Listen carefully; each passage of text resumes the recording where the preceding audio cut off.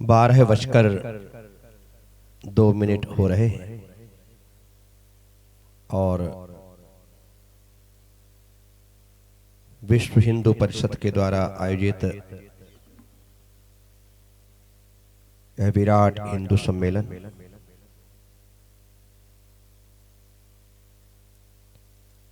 आप सबके बीच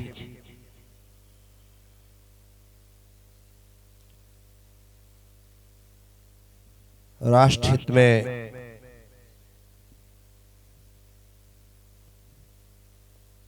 विचार करने के लिए राष्ट्रीय स्वयंसेवक संघ की भावनाओं को जन जन तक और मन मन तक पहुंचाने के लिए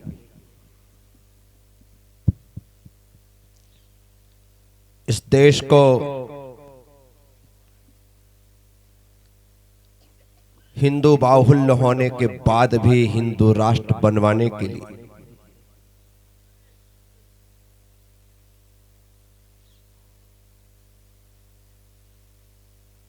जागरूक लोग प्रयास कर रहे हैं।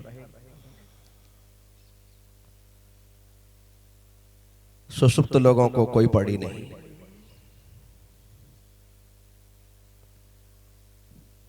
तो इसी तहत आपसे थोड़ी सी चर्चा करना मैं पसंद करता। हाथ जोड़े।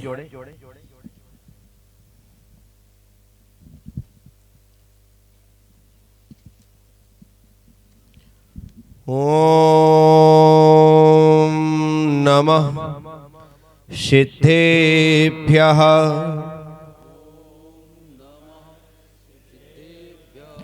ओम नमः सिद्धेभ्यः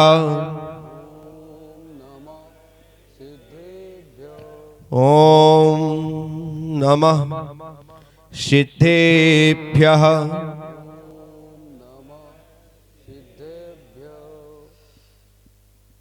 यही प्रार्थना वीर से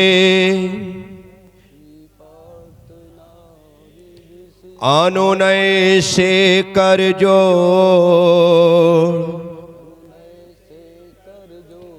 हरी भरी दिखती रहे धरती चारों ओर। विश्व प्रभु भगवान महावीर स्वामी की मोक्षगामी मर्यादा पुरुषोत्तम भगवान श्री रामचंद्र की भावी तीर्थंकर नारायण श्री कृष्ण भगवान की अहिंसा मय विश्व धर्म की पूज्यपाद गुरुदेव गणाचार्य श्री पुष्प दंत सागर जी महाराज की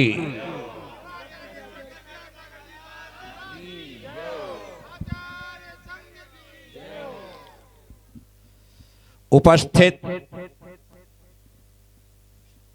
भव्य हिंदू सम्मेलन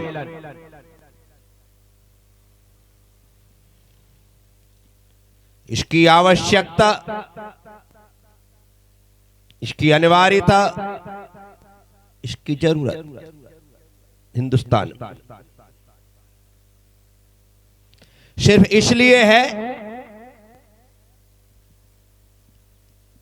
क्योंकि जन्म से हिंदू होने के बाद भी हिंदू सोया हुआ है।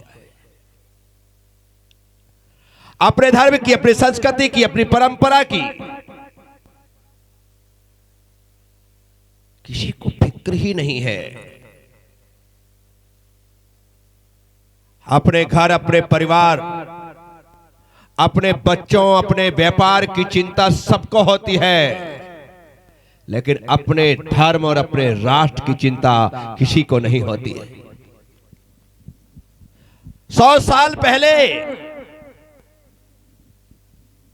डॉक्टर हेडगेवार, उनके मन में ये भाव जागृत हुआ कि यदि इसी तरह से देश चलता रहा तो एक दिन फिर से जो देश अभी जकड़ा हुआ है गुलामी में और हम लड़ाई लड़ रहे हैं आजादी की।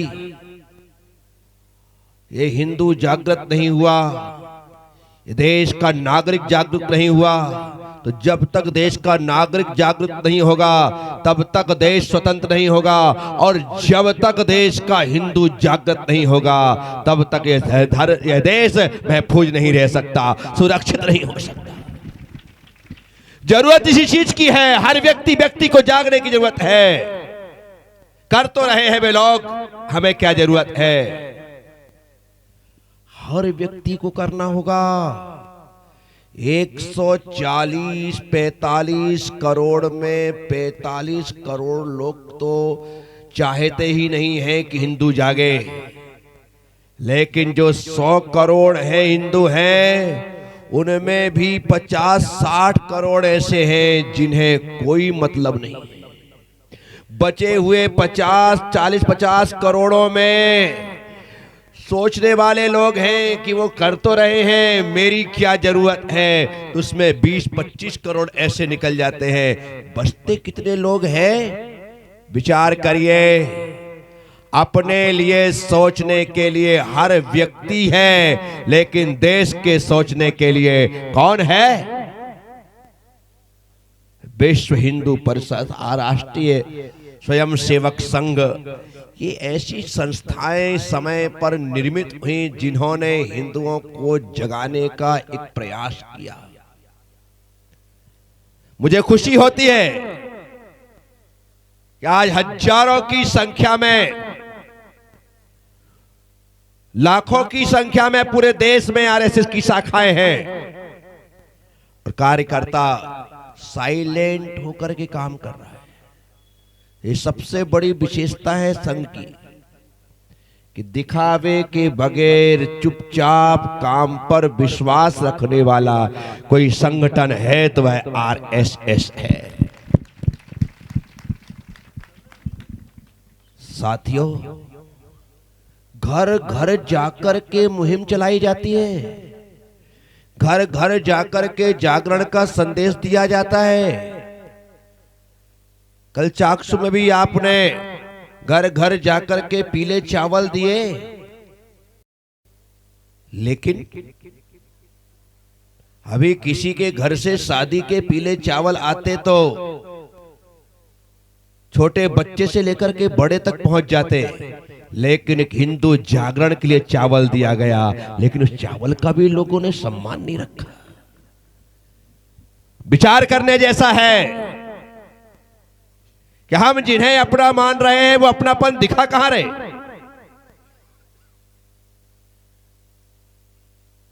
लोगों के भीतर वो भावना ही नहीं कि एक दिन में 1 घंटे 2 घंटे तो हम कम से कम अपने धर्म के लिए दे दें, अपने राष्ट्र के लिए दे दें। 24 घंटे में 22 घंटे आपके परिवार और संसार के लिए, 1 घंटा अपने राष्ट्र के लिए और 1 घंटा अपने धर्म के लिए व्यक्ति को देना होगा। सिर्फ 24 घंटे में 2 घंटे, रोज 1 घंटा ना निकाल सको तो सप्ताह में एक साथ 7 घंटे निकाल लेना। 7 घंटे में आज छुट्टी है, 7 घंटे धर्म के लिए, 7 घंटे राष्ट्र के लिए देता हूं। पूरा दिन आपका धर्म और राष्ट्र के लिए हो, क्योंकि जहां पर राष्ट्र सुरक्षित है वहां धर्म सुरक्षित है। राष्ट्र असुरक्षित हुआ तो धर्म खतरे में पड़ जाएगा।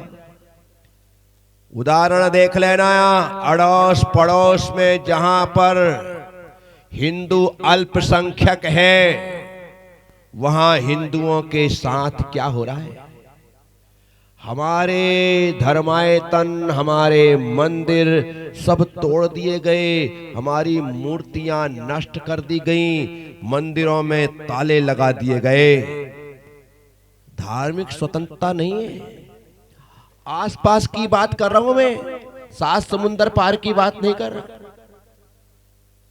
वहां पर हमें धर्म करने की स्वतंत्रता नहीं है, वहां धर्म की स्वतंत्रता नहीं है। विचार करना, लेकिन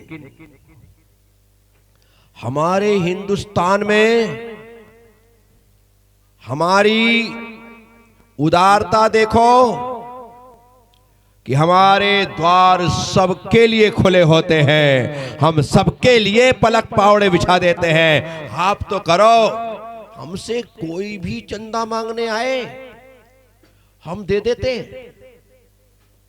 हमने नवरात्रि के लिए चंदा दिया तो हमने ईद के लिए भी चंदा दिया। ये हमारी उदारता है। लेकिन हमारी उदारता का किस तरह से फायदा उठाया जा रहा है, थोड़ा विचार तो करो। भारत सरकार जितनी भी योजना चलाती है, उन योजनाओं का सबसे ज्यादा लाभ कौन लेता है, ये एक बार थोड़ा सर्वे करके देखो। हम कमाते हैं, हम टैक्स देते हैं, हम सरकार तक पैसा पहुंचाते हैं और सरकार की उन योजनाओं के माध्यम से वो पूरा पैसा उनको सबल बनाने के लिए दे दिया जाता है जो हमारे देश की जड़ों को कमजोर कर रहे हैं। इस पर भी सरकार को सोचना चाहिए। वोटगत राजनीति को दूर हटा करके यदि राष्ट्र हित में सोचा जाए तो फ्री की रेवड़ियां बांटना बंद करनी पड़ेगी, या फिर जरूरतमंदों को ही दी जाए ताकि उनकी जरूरतें पूरी हो सके और कमजोर वर्ग मजबूत हो सके। इसके लिए सार्थक प्रयास करने पड़ेंगे। मैं आज इस आरएसएस के मंच पर बैठकर विश्व हिंदू सम्मेलन की बात करते हुए 4 बातों पर आपका ध्यान केंद्रित करना चाहूंगा। पहली गाय, दूसरी गंगा, तीसरी गीता और चौथी गोपी। इन 4 पर ही हमें अपना पूरा ध्यान केंद्रित करना है। यदि ये 4 स्तंभ मजबूत हो गए तो इस देश की जड़ को कोई हिला नहीं सकता है। इसे कोई फर्क। साथियों, गाय हमारी माता है। गाय हमारी, जोर से बोलो, गाय हमारी। पक्का ना? गाय हमारी माता है। लेकिन आज जब गाय दूध देना बंद कर देती है तो हम लोग ही उन्हें खाने के लिए सड़कों पर छोड़ देते हैं।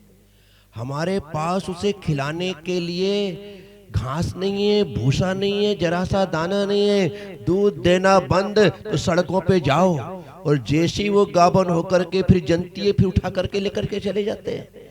इतने स्वार्थी हो गए हम। जब तक दूध दे तब तक माँ, और दूध देना बंद कर दे तो आवारा। गाय को या तो मां कहना बंद कर दो या आवारा कहना बंद कर दो। क्या बंद करना है? क्या बंद करना है? क्या बंद करना है? आवारा मत कहो। मां कभी भी आवारा नहीं होती है। मां कभी भी। स्वामी विवेकानंद से पूछा गया, स्वामी जी सबसे अच्छा दूध किसका होता है? स्वामी जी ने कहा, भैंस का। स्वामी जी सबसे अच्छा दूध किस जानवर का होता है, किस पशु का होता है? स्वामी जी ने कहा, भैंस का। स्वामी जी भैंस का? हमने तो उम्मीद की थी आप कहोगे गाय का, आपने भैंस का कहा। तो स्वामी जी ने कहा, आपने प्रश्न पूछा सबसे अच्छा दूध किस पशु का है, किस जानवर का है? तो जानवर का दूध तो भैंस का है, और गाय जानवर नहीं, गाय मेरी माँ है। गाय मेरी माँ है। और तुमने पशु के बारे में पूछा है तो पशु में भैंस का, लेकिन माँ के लिए मैं ऐसा। साथियों, शहर में, नगर में, गलियों में जो हमारी माँ को भटक करके दिन भर अपना पेट भरना पड़ता है, हम सभी हिंदू संगठन के लोगों को अपनी मां के लिए एक उत्तम से उत्तम घर बनाने की जरूरत है, और वह उत्तम घर गौशाला होगा। क्या होगा? एक भी गाय हमें सड़कों पे नहीं, यदि कोई छोड़ देता है दूध देना बंद करने के बाद, तो उन गायों को अपने पास ले जाते हैं अपनी गौशालाओं में, और कोई कहे मेरी है तो तेरी है तो ले जा, सड़क पर नहीं छोड़ेगा, घर में बांध करके रख सकता है तो ले जाने का अधिकार है, अन्यथा आज से ये तेरी माँ मेरी माँ हुई, मैंने इसे अपनी माँ के रूप में स्वीकार किया। इसीलिए मैंने एक प्रोजेक्ट हाथ में लिया गौशाला का। ये मेरा लाइफ का पहला प्रोजेक्ट है जिसमें मैं गौ माता की सेवा के लिए गौशाला के रूप में एक गोलोक का निर्माण करने जा रहा हूं, जिसका नाम ही गोलोक होगा। जब भी कोई लोग आएंगे वे लोग गौशाला नहीं गोलोक में आकर के मां के दर्शन वहां पर करेंगे, मां से बैठ गोलोक बना रहा। निमोड़िया पंचायत ने, ग्राम सभा ने उस गौशाला के लिए हमें एक बढ़िया शानदार स्थान चारागाह का प्रदान किया, और हमने शीघ्रातिशीघ्र एक्शन लेकर के उस काम को गति दे दी है। बहुत जल्दी हम एक शुरुआत करेंगे, उसके बाद एक अत्याधुनिक गौशाला का निर्माण वहां पर किया जाएगा। मैं तो कह रहा हूं कि वहां पर लोग विजिट करने के लिए आए, देखने के लिए आए कि भाई गौशाला भी ऐसी हो सकती है जहां गोबर के स्थान पर गुलाब की भी खुशबू आ सकती है। ऐसा सोच लेकर के हम चल रहे, और निश्चित तौर पर ये मां के लिए करने का समय है। हम नहीं करेंगे तो कौन करेगा? मेरी मां ने तो मुझे साल 6 महीने दूध पिलाया, उसके बाद से लेकर आज तक मैं गौ माता का ही दूध पी करके बड़ा हो रहा हूँ, चल रहा हूँ, बढ़ रहा हूँ। वो मेरे भीतर जो ताकत है वो गौ माँ के दूध से ही तो है। तो क्यों ना, जब मैं अपनी माँ के दूध के कर्ज को उतारने को तैयार रहता हूँ, हर बेटा तैयार रहता है, फिर गौ माता के दूध का कर्ज कौन उतारेगा? हम सब लोग गौवंश प्रेमी ही उतारेंगे। इसलिए ये प्रोजेक्ट मैंने अपने हाथ में लिया। साथियों, गाय यदि सुरक्षित है तो देश सुरक्षित है। इसीलिए भारत सरकार को चाहिए, भारतीय जनता पार्टी की सरकार को चाहिए, मोदी जी को चाहिए, भजन लाल जी को चाहिए कि सभी लोग एक सारे देश से आह्वान करें, और आह्वान करवाने के बाद एक संकल्प पत्र जारी करवाए कि कौन कौन इस देश का व्यक्ति गाय को राष्ट्रमाता बनवाना चाहता है। क्या कौन कौन चाहता है? और जब सारे के सारे लोग उसमें साइन करके भेजें, और यदि चुनाव की तरह बहुमत आ गया तो उसे बहुमत के आधार पर गाय को राष्ट्रमाता, गौ माता घोषित कर देना चाहिए। आज हमारे देश में लोग ही, मुस्लिम तो छोड़ो, हिंदू लोग भी बीफ खाना पसंद कर रहे हैं। हिंदू होने के बाद बीफ खा रहे, कैसे आप हिंदू हैं? हिंदू का अर्थ तो है ही न दू, हिंसा ना होने दूं। क्या ही मतलब हिंसा, ना मतलब नहीं, दू मतलब दो, हिंसा ना होने दो, वो हिंदू है। मैं देश में बिहार करता हूं, जगह जगह जाता हूं, हिंदू लोगों ने मांसों की दुकान खोल रखी है और अपने देवी देवताओं के नाम से उसका नाम रख रखा है। विश्व हिंदू परिषद को चाहिए कि जिस हिंदू ने हमारे देवी देवताओं के नाम से मांस आदि की दुकान खोल रखी है उसे बंद करवाए, नाम हटवाए कि भाई आप सब कुछ कर सकते हो, हमारे देवी देवताओं का नाम इस व्यापार के लिए नहीं रख सकते हो, हम इसके सख्त खिलाफ। ये नाम नहीं चलेगा। आप व्यापार करते करो, मांस खाते खाओ, लेकिन आप हमारी माता के नाम पर ये ऐसा व्यापार नहीं कर सकते। आप अपने बेटे के नाम पर करो, अपने बाप के नाम पर करो, लेकिन हमारी माँ के नाम से ऐसा व्यापार नहीं चलेगा। ये भी हमारी मुहिम में शामिल होना चाहिए। मैं देखता हूं जाते रास्ते जगह जगह लोगों ने ऐसे काम कर रखे। ये तो सीधा सीधा हिंदुत्व पर कुठाराघात है। हिंसा ना होने दो। हमारे रग रग में अहिंसा का भाव है। लोग मुझसे कहते हैं महाराज श्री आप हिंदू हैं या जैन? मैं कहता हूं जन्म के धर्म के हिसाब से पूछते हो तो मैं जैन हूं, क्योंकि जैनत्व में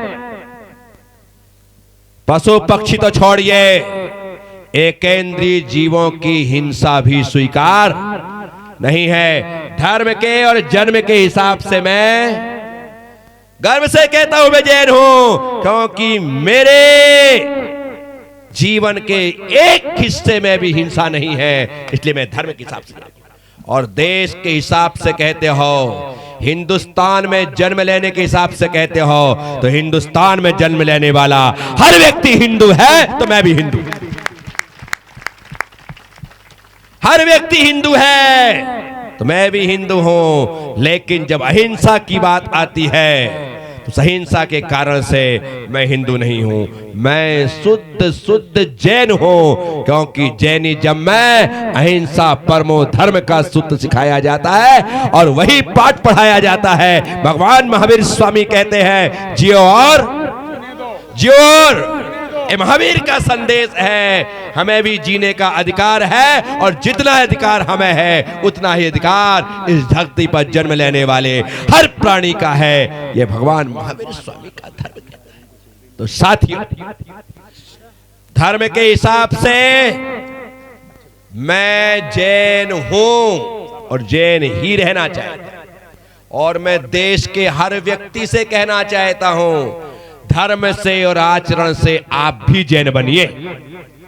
आप भी जो पूरी तरह से हिंसा का त्याग कर दे वो जैन, जो पूरी तरह से मांस का त्याग कर दे वो जैन, जो पूरी तरह से मदिरा सेवन का त्याग कर दे वो जैन। अब कोई जैन कुल में पैदा होकर के पिए तो वो जैन नहीं, तो जैन नहीं है।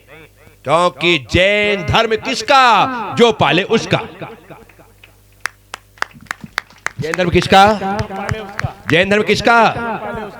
तो जैन धर्म तो आचरण है। मुझसे कहा गया महाराज श्री आपको हिंदू सम्मेलन में बोलना है। मैंने कहा बिल्कुल बोलेंगे।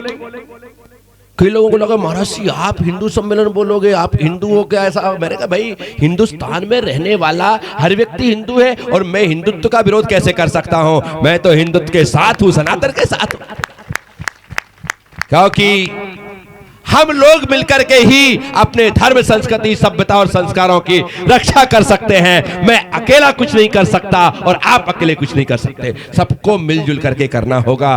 कम से कम जितने लोग राम, कृष्ण, बुद्ध, महावीर पर विश्वास करते हैं उन लोगों को तो एक होना पड़ेगा। उन लोगों को तो एक होना पड़ेगा। यदि हमने यहां पर अनेकता दिखा दी, यहां पर हमने अपनी ढपली बजाना शुरू कर दी, तो हम कहीं के नहीं रहेंगे। क्योंकि ये 5 उंगलियां अलग अलग, यदि इनके सिर पे एक उंगली मारो तो कोई असर नहीं पड़ेगा, 2 मारो थोड़ा पड़ेगा, और घूसा करके एक लगाऊं तो अभी छटपटा जाएंगे। बोलो, तो ये 5 अंगुलियां अलग अलग नहीं, इनको मुट्ठी बनाना है। और जैसी मुट्ठी बनेगी और हम किसी के सिर पर रखेंगे ना, तो तिल मिला करके देश छोड़ करके भागेगा कि भाई बचो, अपने को जान बची और लाखों पाए। साथियों, इसलिए हिंदुओं की एकता बहुत जरूरी है। हिंदुओं की एकता, हिंदुओं की एकता। हम अपने मंदिरों में अपने अपने हिसाब से आरती करें। मैं अपने मंदिर जाऊं तो बोलूं ओम जय महावीर प्रभो, और तुम अपने मंदिर जाओ तो बोलो ओम जय जगदीश हरे। कौन मना करता है? तुम जगदीश हरे बोलो, मैं महावीर प्रभो बोलता हूं, कोई फर्क नहीं पड़ता है। लेकिन देश की बात आती है, अहिंसा की बात आती है, शाकाहार की बात आती है और गाय की बात आती है, तो हम सब एक साथ हैं और एक साथ मिलकर करना पड़ेगा। इसके अलावा हमारी गति नहीं है। मैं सबसे कहता हूं, सभी संगठनों से कहता हूं, जैन समाज देश की एक अल्पसंख्यक समाज है। वैसी वाली अल्पसंख्यक नहीं, संख्या में कम है। इस हिसाब से देश की आजादी में, वो देश की आबादी में हमारी जो जनसंख्या है वो 0.37% है। कितनी है? 0.37% है। 145 करोड़ में जैन सिर्फ 0.37% है, इससे ज्यादा नहीं, ही नहीं। लेकिन जैन धर्म एक अति प्राचीन पुरातन धर्म है। यही वजह है कि जब खनन होते हैं, खुदाई होती है, तो वहां से जैन अवशेष प्राप्त होते हैं। पहले जैन धर्म को राज्याश्रय भी प्राप्त था। राजा महाराजा सेठ साहूकार ये जैनिज्म को फॉलो करते थे और ये सब कुछ होता था। आज जैनों की संख्या कम होती चली जा रही है। मैं आप सबसे कहता हूं, कहीं पर किसी स्थान पर यदि जैन धर्म को, जैन मंदिरों को कोई तकलीफ हो, कोई कष्ट दे रहा हो, तो उस समय सिर्फ वहां पर जाकर के जैन ही गुहार ना करें, समस्त हिंदू संगठनों को उनके साथ खड़े होकर के उनका सहयोग करना चाहिए कि आपके यहां पर तकलीफ है, हम आपके साथ है। हमारा भाई नहीं मान रहा है, हम मनाने को तैयार है कि नहीं भाई, आप इनकी विरासत है, इनका स्थान है, उसको छेड़छाड़ मत करो, आप तो अपने स्थान पर काम करो। इतना ही तो करना है। बाकी सारी क्षमताएं हमारे पास हैं, लेकिन नहीं है तो संख्या बल नहीं, संख्या बल नहीं, धन बल है, बुद्धि बल है, आत्मबल है, लेकिन संख्या बल। तो ऐसे समय में हम सब जब साथ रहेंगे तो निश्चित तौर पर हमारा देश बंधी मुट्ठी लाख की, खुली मुट्ठी खाक की। बंधी मुट्ठी और खुली मुट्ठी, हम सब ऐसे मजबूत बनकर के चलें तो निश्चित तौर पर हम देश के लिए बहुत कुछ कर सकते हैं। देश की आजादी से लेकर के अभी तक, आज राष्ट्रीय स्वयंसेवक संघ में और विश्व हिंदू परिषद में आप सर्वे करवाओ, आपको हजारों जैन कार्यकर्ता मिलेंगे, हजारों मिलेंगे, अच्छे अच्छे पद पर मिलेंगे, अच्छे काम करने वाले में हजारों मिलेंगे। इसका मतलब है हमने अपने आप को अलग माना ही नहीं। यदि हम अलग मानते तो हम सारे साधु संत मिलकर के अपने समाज के उन लोगों से कहते कि तुमको पागल कुत्ते ने काटा, तुम विश्व हिंदू परिषद में काम कर रहे हो, तुम आरएसएस में काम कर रहे हो, तुम बजरंग दल में काम कर रहे हो, तुम शिवसेना में काम कर रहे हो, तुम वहां से बाहर आओ, हमारा धर्म इसकी परमिशन नहीं देता है। लेकिन हम लोगों ने कभी इस प्रकार की खिलाफत नहीं की है। हम तो हमेशा कहा है बहुत अच्छे, आप कम से कम राष्ट्रहित में कार्य कर रहे हैं और ऐसी संस्था के साथ जुड़े, हमें गर्व होता है ऐसा बोलने, हम उनके साथ रहते हैं। तो मैं आप सबसे कह रहा हूं, आज हमें गाय पर चर्चा करें। गौशाला के लिए हर व्यक्ति को तन मन धन देना, मेरी गौशाला के लिए नहीं, यहाँ पे जितनी गौशालाएं चलती हैं, कामधेनु चलती है, छोटी मोटी जो चलती है, उन गौशालाओं में अब जाओ, अपने बच्चों को लेकर के जाओ। पहले हमारे घर में ही गौशाला होती थी, आज घर में जगह ही नहीं है, तो हमने गायों को छोड़ दिया, त्याग दिया, पालना ही बंद कर दिया। ऐसी स्थिति हो गई है। साथियों, मैं आप सबसे कहता हूँ, बच्चों को गौशाला ले जाकर के दिखाना जरूरी है, उनसे कहना जरूरी है कि बेटा, एक माँ ये है जिसने तुझे 6 महीने साल भर दूध पिलाया, और एक माँ ये है जो तुझे जीवन भर दूध पिलाएगी, और जो तुझे जीवन भर दूध पिलाएगी इसका लालन पालन भी तुझे करना है। महीने में एक दिन अपनी माँ के लिए तू निकाला कर, अपनी कमाई से 1500 रुपए तू इस माँ के लिए निकाला कर। ऐसे बच्चों को प्रेरणा देनी पड़ेगी। ऐसी कई गौशालाएं हैं जो बंद होने के कगार पर हैं। ऐसी कई गौशालाएं हैं जहां पर गौ माता मरने के कगार पर है। उन्हें पुनर्जीवित करने की जरूरत है, और वह तभी हो सकता है जब गाय के प्रति एक प्रेम भाव हमारे तरफ से पैदा हो, हमारी पीढ़ियों को मिले और वो वहां जाएं। आज हमारे बच्चे क्लब में जाते हैं, पार्टियों में जाते हैं, घूमने फिरने जाते हैं, हजारों रुपए खर्च कर देते हैं। उनसे कहो, बेटा घूमने के लिए गोवा जा रहे हो, कितना बजट है तुम्हारा? पापा कम से कम 1 लाख तो खर्च हो ही जाएगा, आने जाने की टिकट भी लगेगी, वहां पर रहने के लिए स्थान भी लगेगा, 1 लाख रुपए तो मिनिमम हम दोनों के खर्च हो जाएंगे, 50-50 हजार। ठीक है बेटा, इस बजट को 1,10,000 कर लो। क्या 1 लाख? तुम्हारी गोवा यात्रा में 1,10,000 का खर्चा, बेटा 1 लाख वहां खर्च करना और 10,000 रुपए गोवा को ना दे करके गाय के लिए निकाल देना है। आपको करना पड़ेगा, तभी जाकर के मृत प्राय गौशालाएं पुनः जीवित हो सकती है। ये आज हमारा बेटा एक गाड़ी लाने को तैयार होता है। कितने में गाड़ी आ रही है? नहीं पापा ज्यादा महंगी नहीं है। फिर भी बेटा 7 सीटर ले रहे हैं, सनरूफ वाली ले रहे हैं पापा, 22.5 लाख की मिल रही है। 22.5 लाख की मिल रही है। ठीक है बेटा ले आओ, लेकिन बेटा ये जो है ना, इसमें 20,000 का टैक्स है। 20,000 का जो तुम्हें सरकार को नहीं गौशालाओं को प्रदान करना है। बेटा तेरी गाड़ी 22,50,000 की नहीं, 22,70,000 की हुई, 20,000 निकाल दे बेटा गौशाला के लिए। करना पड़ेगा। आज मेरे बेटे की शादी है, आज मेरी बेटी की शादी है, उस शादी में मैं 2 लाख, 5 लाख, 10 लाख, 20 लाख, 25 लाख, 50 लाख, जैसा व्यक्ति वैसा खर्च करता है। खूब करो, कोई मना ही नहीं है। लेकिन मेरे बेटी की जिस दिन शादी होगी, मेरे बेटे की जिस दिन शादी होगी, मैं उसमें इतना खर्च करूंगा, लेकिन उसमें से 50,000 रुपए मैं गौशाला के लिए निकालूंगा, अपनी गौ माता के लिए निकालूंगा। ऐसा ही आपको करना पड़ेगा। ये भावना जन जन के मन के भीतर भरनी पड़ेगी, तभी जाकर के कुछ हो सकता है। तो गाय, गंगा को भी मां कहा और गाय को भी मां कहा। गंगा की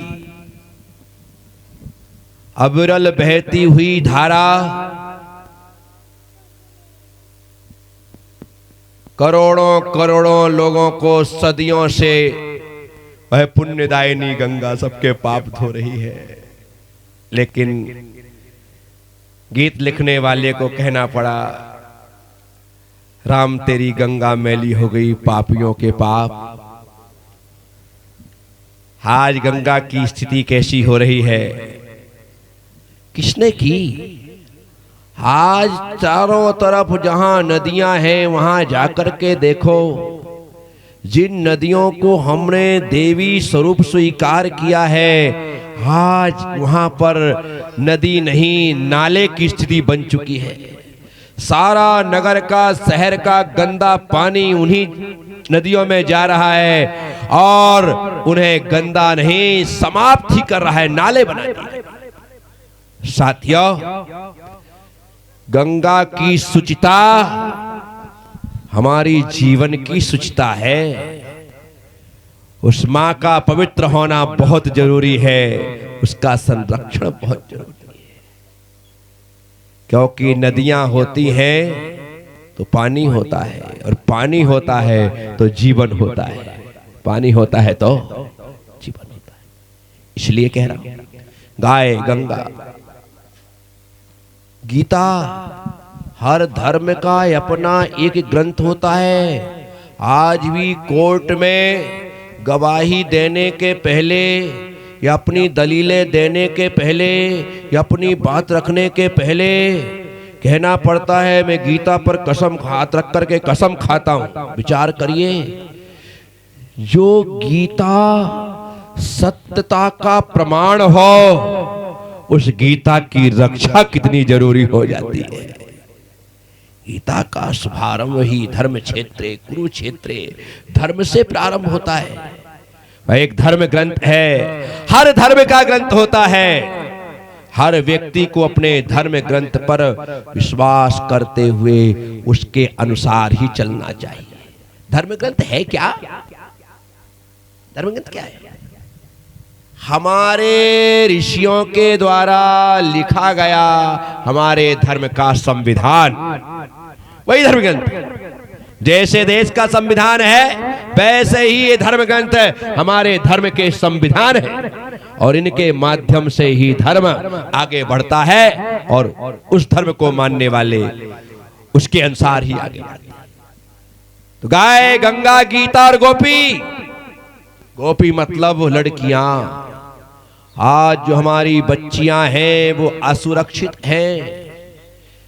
किस प्रकार से लव जिहाद के माध्यम से हमारी बच्चियों को वरगलाया जाता है, नाम बदल करके बच्चियों को अपना बना लिया जाता है, और बाद में विवाह के बाद पता लगता है कि जिससे मैंने शादी की है वो हिंदू नहीं है। अब क्या करोगे? तुम्हारा पूरा चरित्र नष्ट हो गया। इसलिए गोपी स्वरूप अपनी बच्चियों के शील को सुरक्षित रखने के लिए हमें अपनी बच्चियों की सुरक्षा चाहिए। इसके लिए भी हमें ध्यान देना होगा। बच्चे को एजुकेशन में पढ़ते हैं और साथ साथ नौकरी करते हैं, जॉब करते हैं, कब किसका कहां मन लग जाता है कुछ कह नहीं सकते। ऐसे समय में मैं आप सबसे कहना चाहूंगा, अपनी छोटी सी बच्ची को छोटी सी उम्र में ही अपने धर्म और हिंदुत्व के बारे में समझाना प्रारंभ करो कि बेटा जीवन है। जैसे जैसे बच्ची बड़ी होती चली जाए उसके भीतर बात डालते रहना है कि विवाह करना है तो अपनी ही जाति और अपने ही धर्म में करना है, अन्यथा आजीवन ब्रह्मचर्य के साथ रहना और अपने देश की सेवा करना वो चलेगा। ये आपको हमको सबको ज्ञान देने की जरूरत है। तो आज मैं इस हिंदू सम्मेलन में हिंदुस्तान का एक संत होने के नाते, क्योंकि हिंदुस्तान की माटी मेरी जन्मभूमि है, और जो मेरी जन्मभूमि है मैं उसके लिए प्राणपण से समर्पित हूं। इस माटी की रक्षा के लिए, इस माटी के सम्मान के लिए मेरा शरीर का रोम रोम और कतरा कतरा समर्पित है। मैं वही भाव लेकर के चलता हूं। आज पर्यावरण नष्ट किया जा रहा है, प्रदूषण बढ़ता चला जा रहा है, ग्लेशियर तापमान बढ़ने की वजह से पिघलता चला जा रहा है, चारों तरफ त्राहिमाम की स्थिति बनी है। दिल्ली जैसे महानगर में बिना स्मोकिंग किए बिना प्रतिदिन हर व्यक्ति 45 सिगरेट का धुआं अपने भीतर ले लेता है। बिना सिगरेट पिए 45 सिगरेट का धुआं भीतर चला जाता है। विचार करने जैसा है, यदि पॉल्यूशन ऐसा बढ़ता रहा, पर्यावरण नष्ट होता रहा, पेड़ कटते रहे तो क्या होगा? हम सब लोगों को पर्यावरण का संरक्षण और संवर्धन करने की जरूरत है। राष्ट्रीय स्वयंसेवक संघ के 100 साल पूरे होने पर 5 अभियानों में एक अभियान पर्यावरण का संरक्षण और संवर्धन भी है। पर्यावरण का संरक्षक और संवर्धन भी है। इसीलिए हर व्यक्ति के भीतर वृक्षारोपण का भाव पैदा करना है और जो वृक्ष लगाया है उसे अपने बच्चे की तरह साल भर पालने की जरूरत है। साल भर इतना बहुत, एक साल यदि आपने एक गर्मी निकाल दी, एक मौसम निकाल दिया तो वो अपने आप में बड़ा हो जाए। नर्सरी से पौधा लाते, नर्सरी से पौधा लाते और उस पौधे को लाकर के जब हम लगाते हैं तो वो पौधा बड़े होकर के जीवन भर छाया देता है। जीवन भर छाया ही नहीं देता है, फल देता है, फूल देता है और मरने के बाद अपनी लकड़ियां दे जाता है, सब दे जाता है। नर्सरी से लाया गया पौधा फलदार है, छायादार है। और एक पौधा हमारे घर पैदा हुआ जिसे हमने 2.5 साल की उम्र में, 2.25 साल की उम्र में नर्सरी भेज दिया। क्या एक पौधा नर्सरी से लाए, घर के सामने लगाया, वो छायादार है, फलदार है, और आपने अपने पौधे को नर्सरी में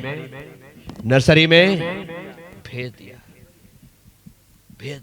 अब वो नर्सरी में गया हुआ तुम्हारा बेटा बेटी रूपी पौधा बड़ा होकर के तुम्हारे लिए छायादार बने कोई जरूरी नहीं, तुम्हारे लिए फलदार बने कोई जरूरी नहीं, लेकिन नर्सरी से आया हुआ पौधा तुम्हारे लिए छायादार होगा, तुम्हारे लिए फलदार होगा और तुम्हारा सबसे बड़ा साथी होगा। मरने के समय में तुम्हारा बेटा तुम्हारे साथ चलने को तैयार नहीं होगा, लेकिन वो पेड़ तुम्हारे साथ चलने को राजी हो जाएगा, अपने आप को आहूत करने को तैयार हो जाएगा। इसलिए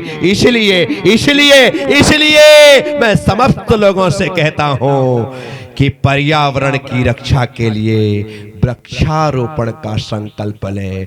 जैन साधु होने के बाद भी मैंने अपना लक्ष्य बनाया है, मेरा लक्ष्य 1 करोड़ वृक्ष।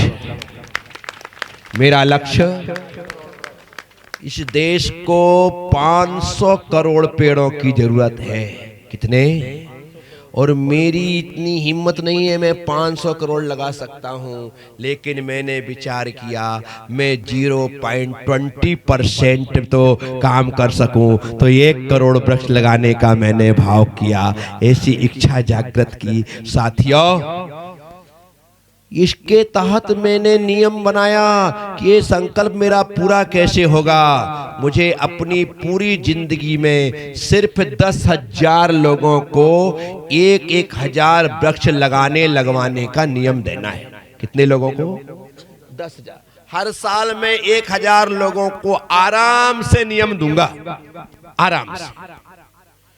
पूरे देश में घूमता हूं, अपना काम ही है। 1,000 लोगों को नियम दूंगा और 1,000 लोगों को 1 साल में दूंगा, तो 10 साल में अपना नियम पूरा। बोलो प्रज्ञासागर जी महाराज की। अपना नियम, रामशरण जी नियम पूरा।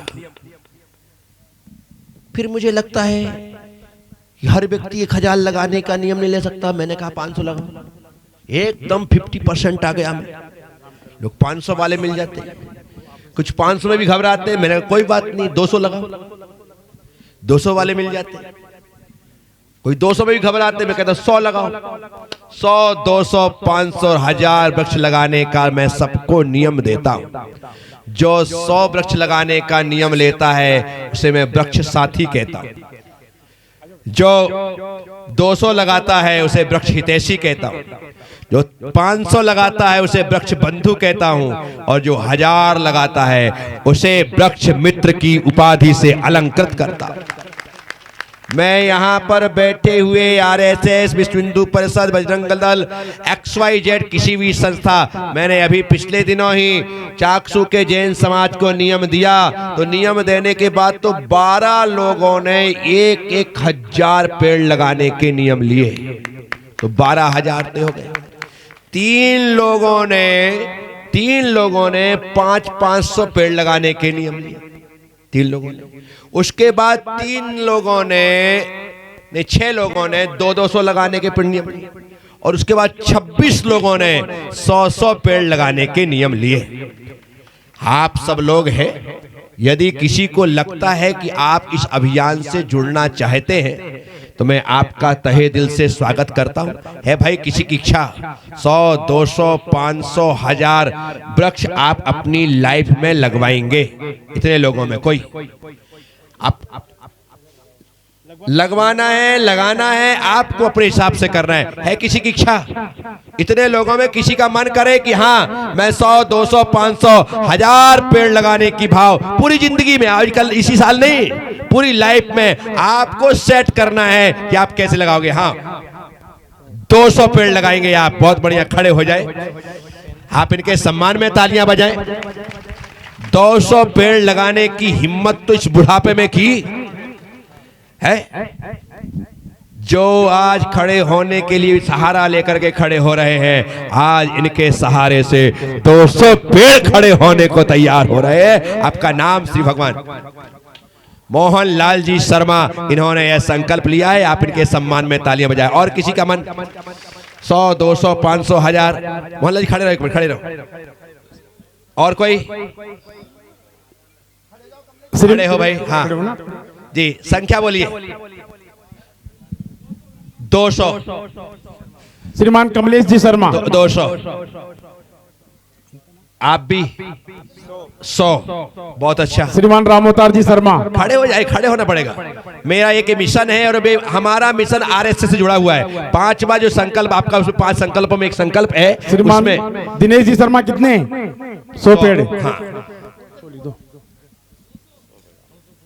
फूलचंद जी के 200 पेड़। 100। बहुत अच्छा। राघव का बच्चा क्या नाम ला है बेटा, वो आगे लाओ। सुमित शर्मा थोड़ा आगे आए। 100 पेड़।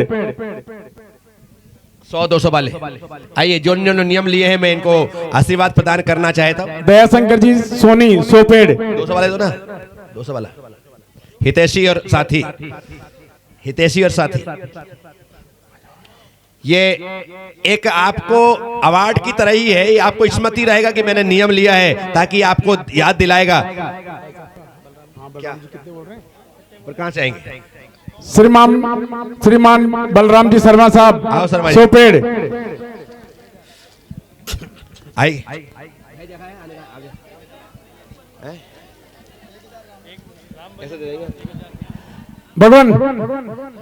भगवान राम भजन जी रावत 1000 पेड़ लगवाएंगे। बहुत बढ़िया, ताली बजा करके स्वागत कीजिए राम भजन जी रावत का। हमारे साथ इतने सारे लोग जुड़ सकते हैं, हमको तो सिर्फ अपना मुंह चलाना है। जैसे मैंने बोला आप इतने सारे लोग तैयार हो गए ना, आप बोलोगे ना जाने कितने लोग तैयार हो जाएंगे।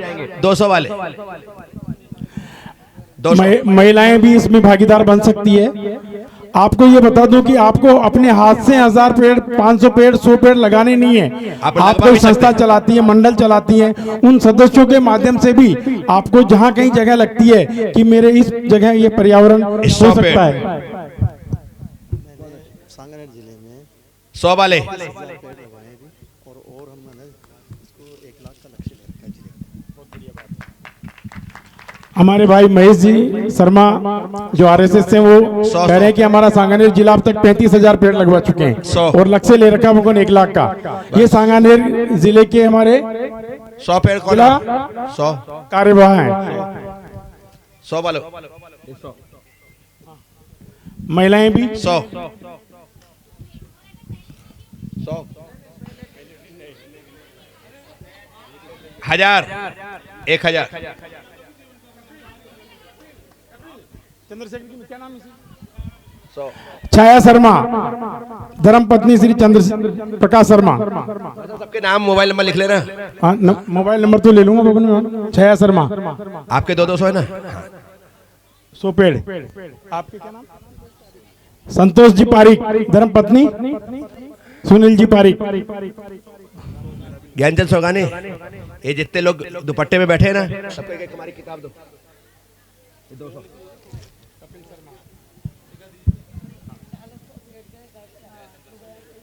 एक और दे दो। हाँ, जितने लोग दुपट्टे में हैं हमारे, एक कोई श्रीमती ललिता जी खंडेलवाल, धर्म पत्नी ओम प्रकाश। फोटो खिंचाएगी।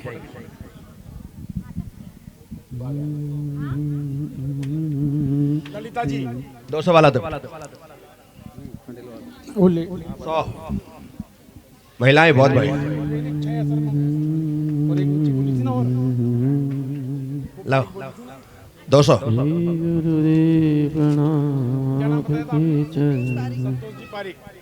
सौ।